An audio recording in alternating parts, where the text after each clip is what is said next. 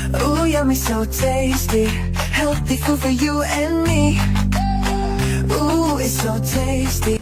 My performance task in TLE. Good morning everyone, I am Micaela Amanda. The dish I'm having is dinengdeng, a traditional Ilocano food. The malunggay leaves are glow food, and the fish and milk are go foods, which are also bodybuilder food. And the rice contains go food, which also gives us energy.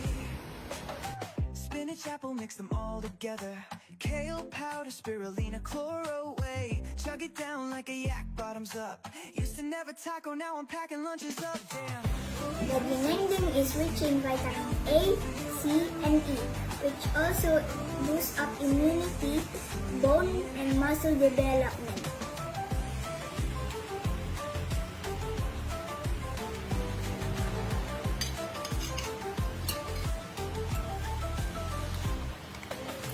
Ooh, yummy, so tasty.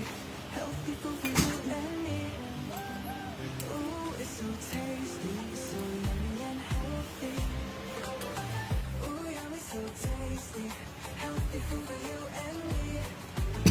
Always remember, eating healthy food makes us good and feel healthy.